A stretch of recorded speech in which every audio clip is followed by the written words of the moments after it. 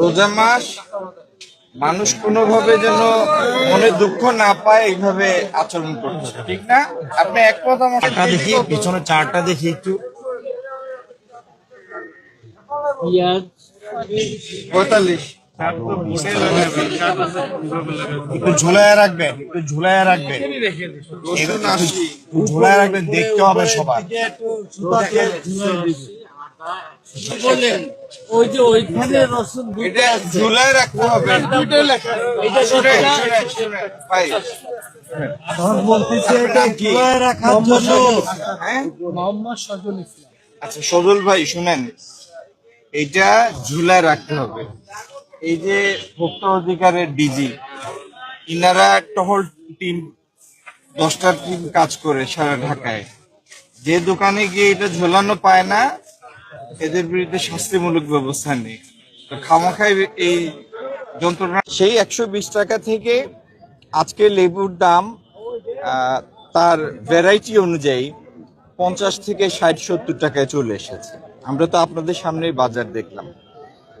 তো এটা ঠিক যে পণ্যের যথেষ্ট সরবরাহ থাকা সত্ত্বেও ক্ষেত্র বিশেষে অনেক অসাধু লোকজন এটা সুযোগ নেওয়ার চেষ্টা করে, শূন্যতার সুযোগ নেওয়ার চেষ্টা করে।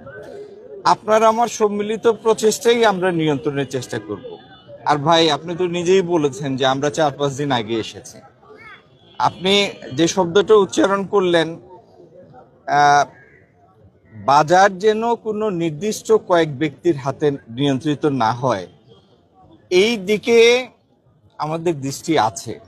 কিন্তু কার্যকর পদক্ষেপ নিয়ে আপনাকে গুণগত পরিবর্তন দেখানোর জন্য একটু সময় লাগবে এবং আশা করি সেই সময়টা আপনি মঞ্জুর করবেন। আর আরেকটা বিষয় হচ্ছে, বাণিজ্য মন্ত্রণালয়ের কর্মী হিসাবে আমাদের কাজ হচ্ছে আমদানি পণ্যের বাজারটাকে স্থিতিশীল রাখা।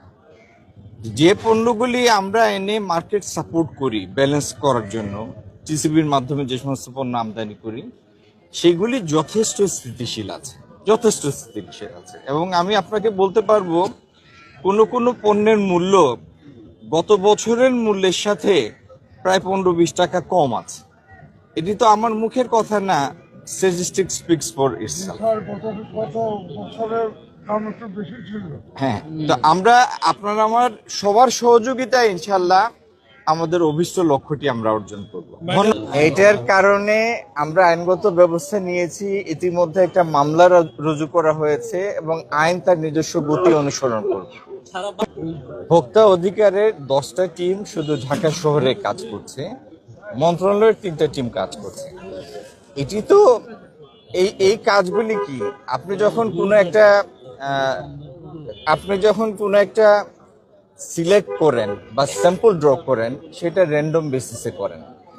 এখন ঢাকা শহরের প্রত্যেকটা বাজার বা প্রত্যেকটা দোকানে সরকারের লোক একসাথে যেতে পারবে না, এটা সম্ভব না, বাস্তব না।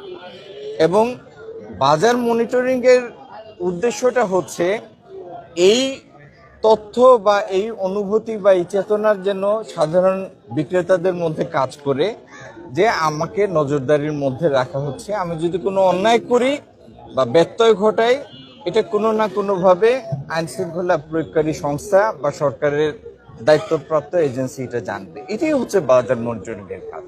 আমরা আমাদের কাজ চালিয়ে যাব। যদি আমাদের কোথাও কমতি থাকে, আপনাদের পরামর্শক্রমে সেটা আরো বেগবান করবে। দোকান বন্ধের বিষয়টা ভাই আমার কাছে ঠিক পরিষ্কার না। কোনটা যে আসলে ভোক্তা যখন অভিযান আমি বলবো আচ্ছা উনি তো বন্ধ কখন রাখে? যখন আপনার অভিযান পরিচালনা করে, তোর পরের দিন আবার যখন যাবে আবার বন্ধ করবে, নাকি সে নিজের কারেকশন করবে? আমাদের কাজের উদ্দেশ্য এটাই। এভাবে করলে তো তারা কাজ করতে পারবে না।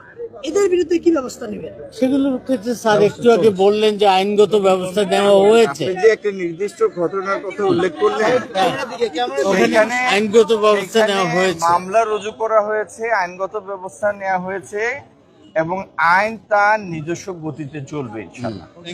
ধন্যবাদ সবাইকে।